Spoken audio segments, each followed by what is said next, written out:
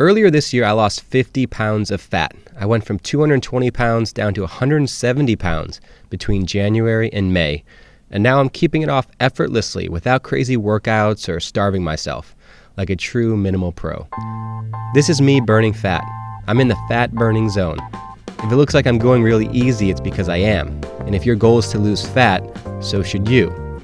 I read about Rich Roll in his book Finding Ultra, where he admits the biggest mistake he made as an athlete was training too hard. And once he got a proper coach and learned about training in the right heart rate zone, everything changed for him.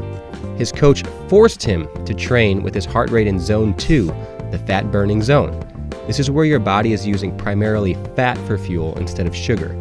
At first, this seemed too easy to Rich and he was going much slower than he was used to, but in time, we can see the results really paid off. The truth is, you have to be in really great shape to be able to run and keep your heart rate in zone 2.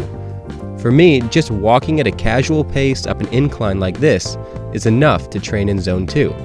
For some people, even a brisk walk on a flat surface is enough. For others, riding a bicycle.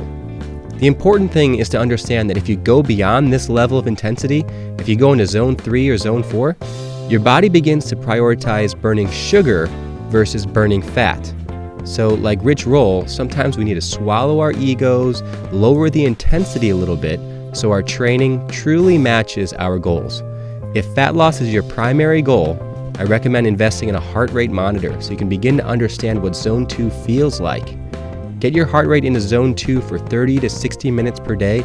You'll be doing yourself some big favors for fat loss. I hope that helps. Again, I recommend reading Finding Ultra by Rich Roll. And if you're curious, the heart rate monitor I'm using is the Fitbit Surge GPS watch.